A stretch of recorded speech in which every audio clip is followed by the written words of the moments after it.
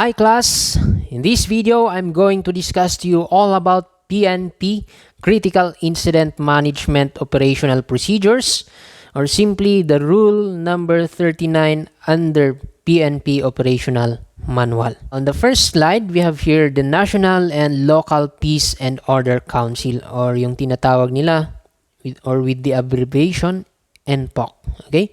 Or NPOC. So, as a matter of policy, ano yung function nila?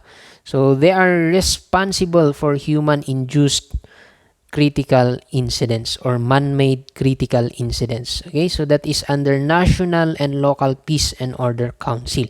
So yun yung function nila. Take note of that. Man-made yung focus nila. And then yung focus naman or yung in charge doon naman sa natural calamities or disasters, nandyan yung tinatawag natin na NDRRMC or DRRMC. So, National Disaster Risk Reduction and Management Council. Okay? So, as a matter of policy, ang role nila is they are responsible on natural calamities and disasters. Okay? So, take note of those two. And then now, we have here the PNP Critical Incident Management Committee. Okay? So, in support with the NPOC and then the NDRRMC, meron tayo yung PNP CIMC naman. Okay? So, ano yung nasabi dito? So, being at the forefront of crisis situations, take note, PNP, forefront or frontliners din in crisis situations. So, hindi lamang sa pagsugpo ng mga krimen, okay, but also in times na merong mga incidents or mga natural disasters na nangyari. So, they play a role, active role on those. So, with that, they created also their Incident Management Committee, IMC, in short. Okay? This is to support the NPOC and then in the RRMC. So, it is composed of 4 subcommittees.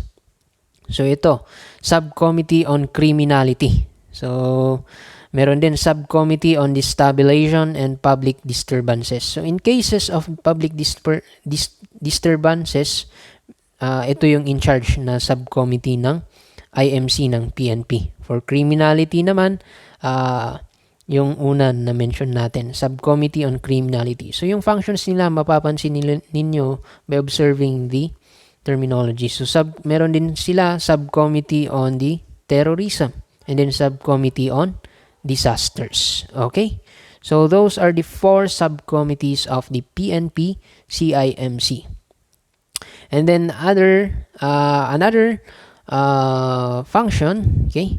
PNP CIMC shall take cognizance of all human-induced, okay, critical incidents at the national level. Okay? Take note of that, at national level. And shall supervise, oversee operations of concerned units and agencies to mitigate its effects on the general populace. So the PNP CIMC is the one that is in charge in the national level. So overall. Okay? So meron tayo dito yung composition ng PNP CIMC.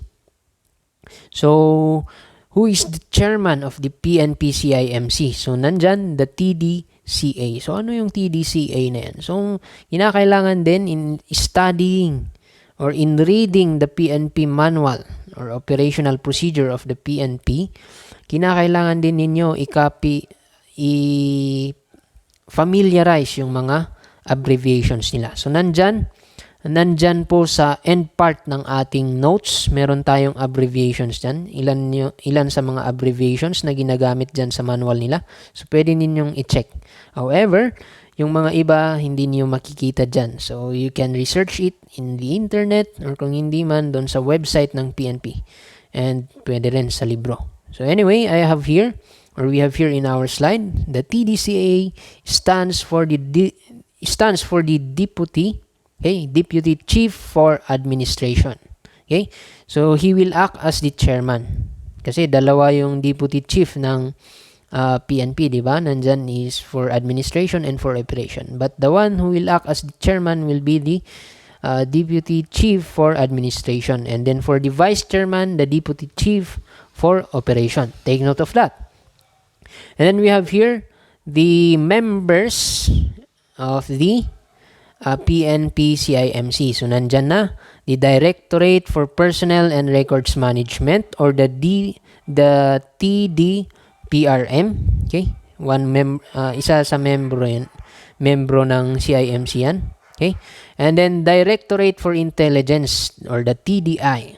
Next, the Directorate for Intelligence, naulit lang siya. The Directorate for Logistics, TDL. And then Directorate for Operations, TDO. The Directorate for Planning, the TDPL. And then Directorate for Controllership, the Directorate for Investigation and Detective, the TDIDM, member din yan ng CIMC. Directorate for Human Resource and Doctrines Development or TDHRDD. Another member, the Directorate for Research and Development, the TDRD. Another member is the Directorate for Information and Technical Management, TDIC-TMG. And then the Directorate for Integrated Police Operations, the TDIPO. Okay? And then who will serve as the head secretariat? So nandito po the National Operations Center or the NOC. And then the Directorate for Operations. Okay? Head secretariat then. Okay. So all in all, that is the composition of the PNP Critical Incident Management Committee. So kindly familiarize it also just in case na ma-encounter ninyo in the future sa mga examinations ninyo, especially in your board examination. And then meron tayo dito who will be acting as he will be designated as the cabinet officer primarily responsible for threats to peace and order. Okay? Nandito yung SILG or the Secretary of the Interior and Local Government. Okay? And take note also, he will act as the Vice Chairman of the Disaster Preparedness or the NDRRMC. So, yun, kung mapapansin ninyo, laging ginigisa. Okay? Kung sino ba yung current DILG secretary natin, si Secretary Anyo. Kaya lagi siyang nagigisa kasi meron siyang kinalaman din in times of disasters kasi he will act as the vice chairman, pati na rin meron siyang kinalaman sa man-made, okay, in times of man-made incidents. So yun yung role ng SILG. So aside from vice chairman of the NDRRMC, he will also be the cabinet officer, okay, responsible for threats to peace and order such as civil disturbance, okay, labor strikes, and others.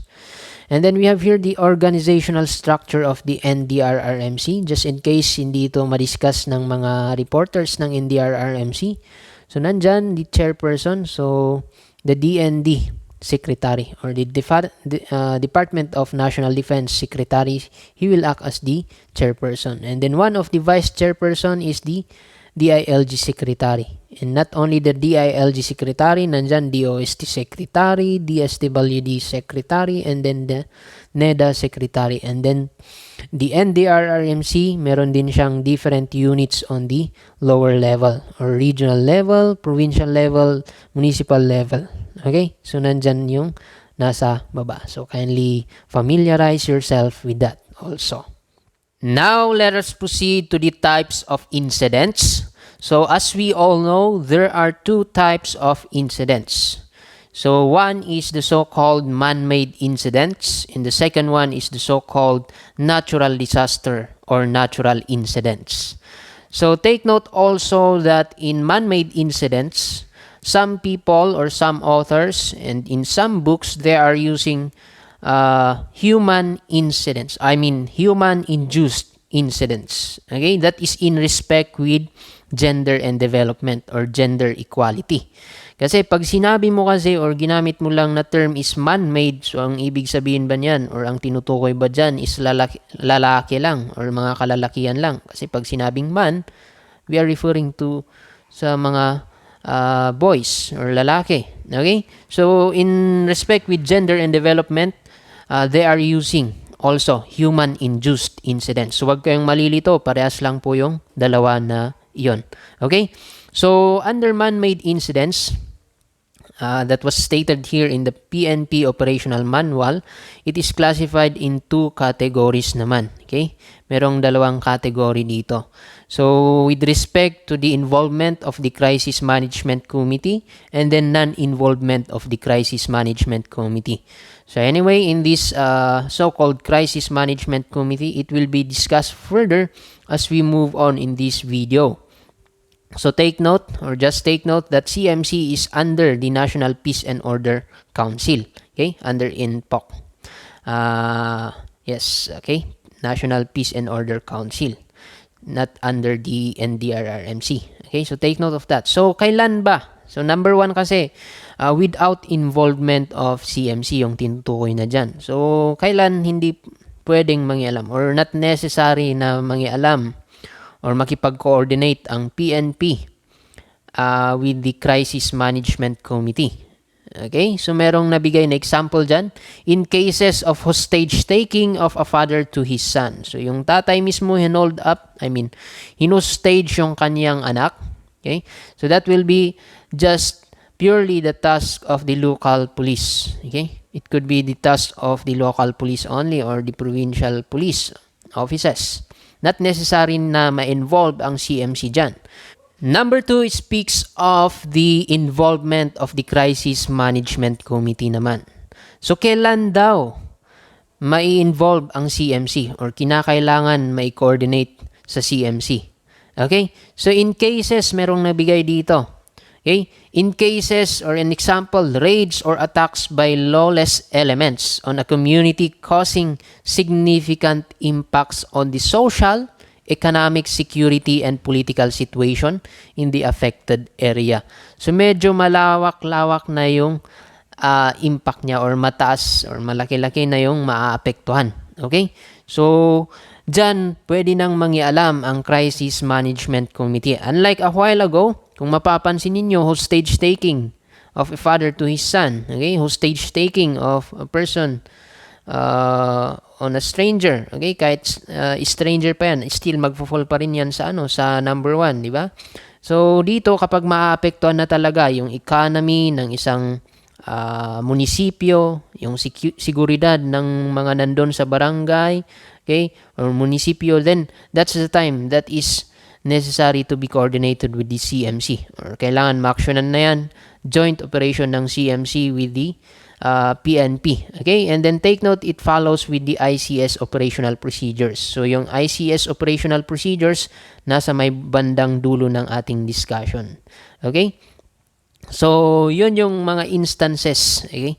So, just take note, if it involves, okay, or it affects wide areas, especially in terms of economy, security, ay dyan na po masasabi nating involved na ang CMS dyan. Okay? The Crisis Management Committee. CMC, I should say. Okay? So that is in relation to human-induced incidents. On natural disaster or natural incidents naman, okay? So, ang role lang naman ng PNP dito, kasi as a matter of policy, ang talagang in charge dito na umaksyon or talagang nakatoka dito sa disaster or natural disasters and incidents is yung tinatawag natin na NDRRMC. Okay? So, yun nga lang, hindi ibig sabihin na ito ay role lang or talagang na as a matter of policy ang nakatoka dyan talaga is NDRRMC. Hindi ibig sabihin na walang pakialam ang PNP natin dyan. Okay? Of course, meron pa rin. Kasi ang PNP or functions ng PNP is medyo malawak din. Okay?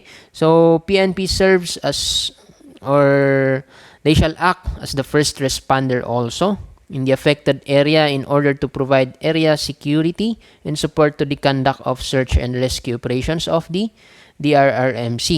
Okay? So, to protect the civilians as well as to provide support and protect the DRRMC. Okay? Especially in cases dun sa mga lugar na merong existence ng terrorism. Okay? So, magkakandak na nga lang sila ng rescue and operation, meron pang NPA na mangingialam or mananabutahe. Okay? So, yun yung mga instances na pwedeng masabi natin na kinakailangan talaga ang support ng PNP din in times of natural disasters. Okay? So, now we have here the 5 P's of crisis management. So, this is under the National Crisis Management Core Manual Series of 2012. So, first one is under proactive phase. So, meron tayo dito yung first P, the so-called predict. Okay, proactive meaning wala pa yung crisis na kinakarap. Okay, hindi pa tayo naharap sa isang krisis. So, ibig sabihin proactive, wala pa yung krisis na nagaganap. So, in here we are going to predict. The first P is to predict. So, how are we going to predict? Kasi dito, we are going to attempt to remove uncertainty from the future. Okay? So, it could be undertaken through strategic, operational, or tactical situation awareness processes. Okay? Scanning through producing foresight and conveying strategic warnings through horizon scanning or strategic forecasting. An example, we are going to study the geographical area of the place. Okay, so titignan natin, malapit ba sa ocean? Okay, malapit sa dalampasigan? Okay, mataas ba yung location ng lugar? Malapit ba sila sa kabundukan? Malapit sa mga cliff? Yung lupa ba is merong mga black hole? Okay, so those are under prediction. So, pwede rin dyan yung titignan natin kung yung mga drainage ba is enough. Okay? Or titignan natin kung yung mga drainage pa is freely na nagmo-move yung mga tubig, okay? Or waste doon sa drainage natin. Okay? So, kapag nakita natin na yung mga drainage is natatakpan, okay? Nakita natin na yung geographical area niya is malapit sa dalampasigan, then we can create already preventive measures. So, number 2 there is prevent. Okay? The second P. So, with the prediction na nakita natin, kung maraming merong mga basura na nakatakip doon sa mga drainage canal natin, then tendency magkakaroon ng flood in the future. So, yun, magkakaroon ng malawakang flood kung kulang yung drainage system natin. Okay? And then malapit sa ocean, malapit sa dalampasigan, and then mababa yung lugar natin. So, tendency, baka meron dyan, merong tsunami in the future na mangyari. Malawak na damage ang mangyari sa lugar na yun. Okay? Magkakaroon ng malawakang flood din. So, yun yung napipredict natin. So, with that, meron na tayo, makaka-create na tayo under number 2, prevent. Okay? Or preventive measures. Diyan, anong gagawin natin to prevent the occurrence of that crisis or the occurrence of that incident or disaster? So yun, tatanggalin natin yung mga nakakalat or naka-block doon sa mga drainage natin na mga basura. Okay? In order for us to prevent naman yung malawakang damage in cases na magkaroon ng tsunami. So yun, magtatayo ng mga blocks or walls na pwedeng mag-stop in cases na magkaroon ng tsunami. So, at least kung hindi man natin ma-prevent, then at least it could be just lessen the effect or the impact of the incident or disaster or the crisis. Okay? And then we have here the preventive measures. It could be also in a long-term strategy or it could be in operational in nature or target hardening, or in short-term in nature. So, under long-term strategy, an example could be dun sa mga bandang mabubundok, okay? Or mga places wherein bulubundukin. So, prone dyan, our common na problem dyan is landslide. So, with that, meron tayo yung long-term strategy na ini-implement, which is magtanim sila ng punong kahoy. Okay, so long term, di ba? Matagal tumubo ang mga kahoy, but in the future, with the next generation, mapapakinabangan nila, or it could save the lives of the second generations or next generations. Okay, kasi yun nga, planting of trees we believe that it could help in preventing also the landslides. Okay, so on operational in nature, target hardening. Paanong target hardening? So yun, pag sabihin natin na yung mga blockage or mga drainage natin is kulang, okay, dun sa lugar, hindi niya kayang i-prevent yung flood na nangyari dun sa lugar kasi poor yung drainage natin. So anong ibig sabihin dyan na target hardening?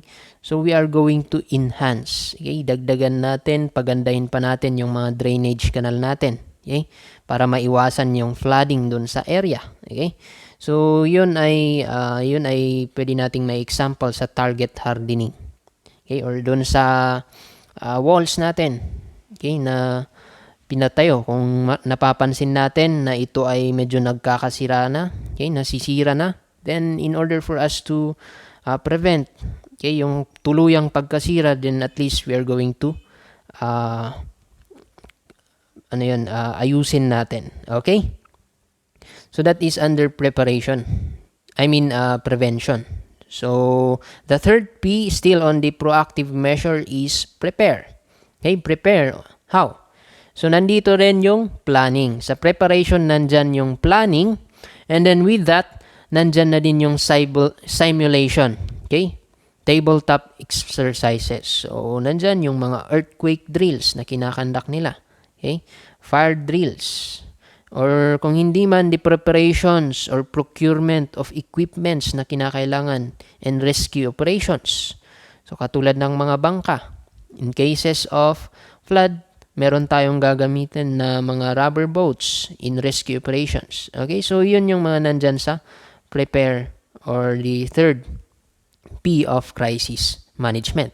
So what are the 6 essential activities under proactive phase? So nandyan plan, okay, or under preparation. Plan and organize, train, and then equip, exercise, or evaluate yung plano. And then kapag na-evaluate natin, medyo hindi effective ata yung plano natin, then that's the time we need to improve. So those are the 6 essential activities under what we so-called preparation or prepare. And now we have here the reactive phase. Okay, so meron na yung crisis na kinakaharap natin. So hindi na natin na-prevent yung crisis. So nagsimula sa disaster, hanggang sa naging crisis. Okay, tuluyan ng naging crisis kasi tumagal yung effect ng, or malawak yung naapektuhan ng disaster. Okay, so with that, we have here the fourth P, the so-called perform. Okay, so what are we going to perform? Yung plano natin. Okay, yung mga nandun sa plano natin. Nandyan na yung rescue operation, the plan on rescue operations, or plan kung saan ba yung evacuation center natin. Okay, saan natin dadalhin yung mga evacuees, okay, or yung mga civilians na affected ng crisis. Okay, so we are going to perform the plan in order for us to deal with the crisis. Okay, and then we have here the post-conflict phase. Natapos na, na solve na natin yung crisis, or nalagpasan na natin. So with that, nandito na yung post-action and assessment. So bakit kinakailangan ito? So in order for us to evaluate, makita natin kung ano yung pagkukulang, kung ano yung mga maling nagawa during the crisis, the reactive phase. Okay, so ano yung mga maling nagawa natin nung reactive phase. Okay, so at least makikita natin, hindi in cases na mauulit or mag-suffer na naman ang ating lugar on that such kind of crisis, then at least alam na natin na mali yun, edi hindi na natin gagawin. So iibahin na natin yung plano. So isa lamang yun na pwedeng gawin sa post-action and assessment. Okay, to create a better plan for future purposes then. Okay?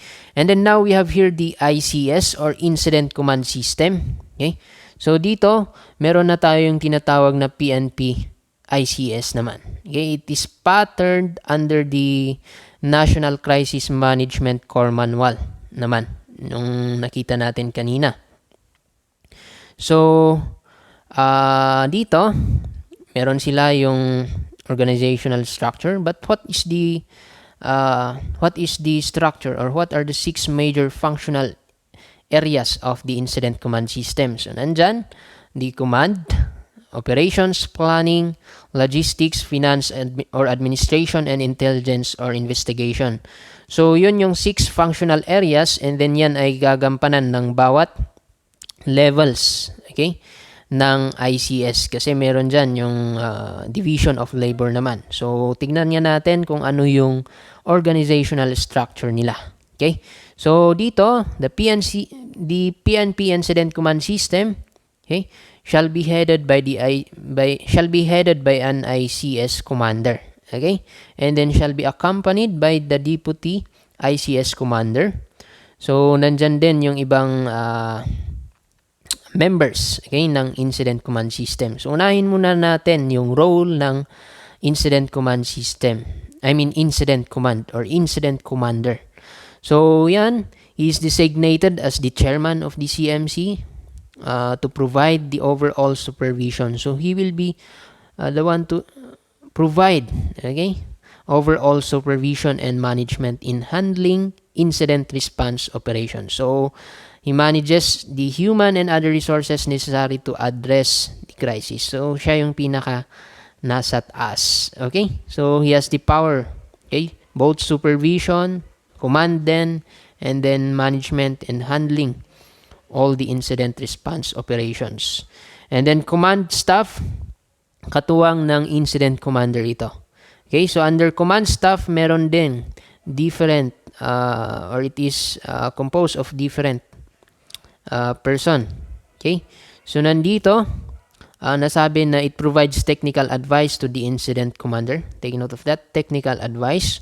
So, nandyan the safety officer. So, safety officers, they are the ones who will monitor the safety and conditions and develop measures for assuring the safety of all assigned personnel. Okay? So, ang concern naman nila dito, more on the safety ng mga nasa frontline or yung kasama nila na nasa operation talaga or mag-execute ng plano nila. Okay? So, yan yung role ng safety officer. And then the PIO or Public Information Officer is still under the command staff.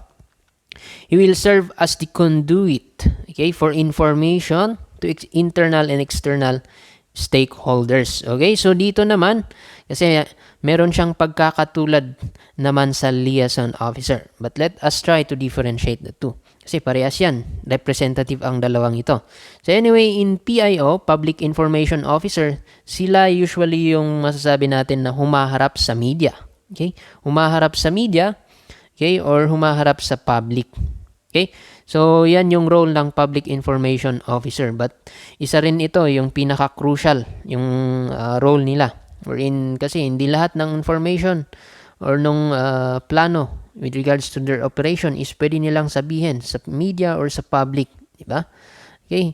So, kailangan din as a public information officer, he should know what are the things that must be said, okay, or that can be divulged, and what are the things that are not necessary to be divulged to the public. Okay? Kasi meron yon pwedeng compromise ng kanilang operations in case na ito ay maisabi or ma-disseminate sa public. Okay? So, in comparison with liaison officer, ito naman serve as the primary contact for supporting agencies. So, kung kanina, it is for in relation to stakeholders, external stakeholders, yung tinutukoy kasi dyan is yung public, yung civilian. Okay? Yung stakeholders na tinutukoy natin dyan. And then for the liaison officer, sila naman mismo yung nakikipag-coordinate doon sa mga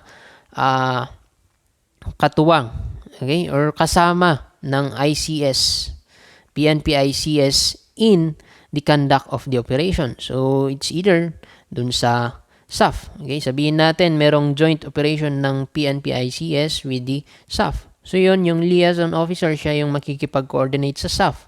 Kung hindi man joint operation ng PNP ICS with the military, okay, or with the National Peace and Order Council.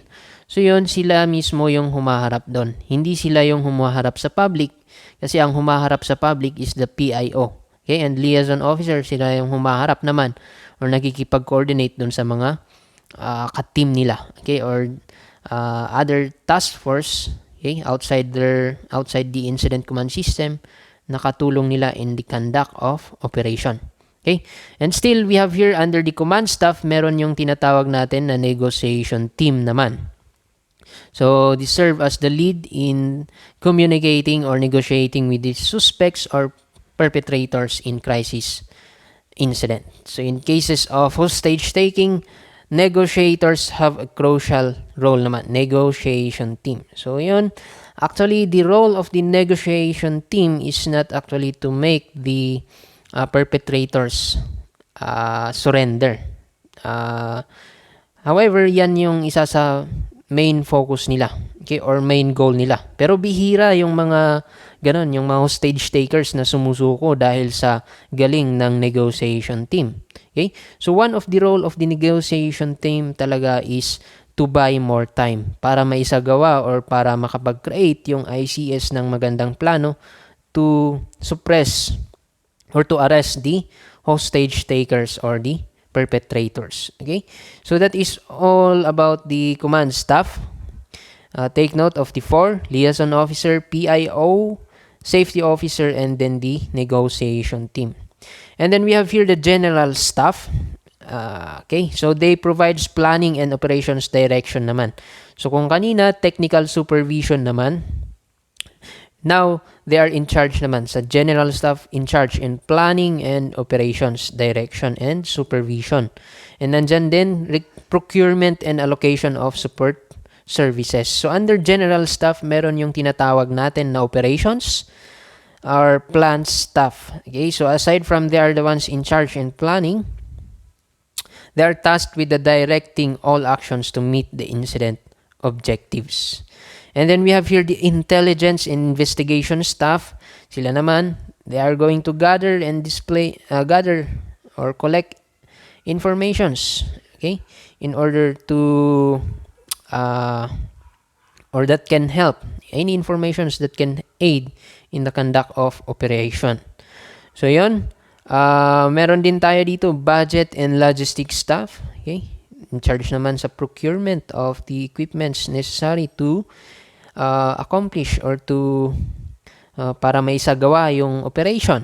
Okay, and then we have here administrative staff.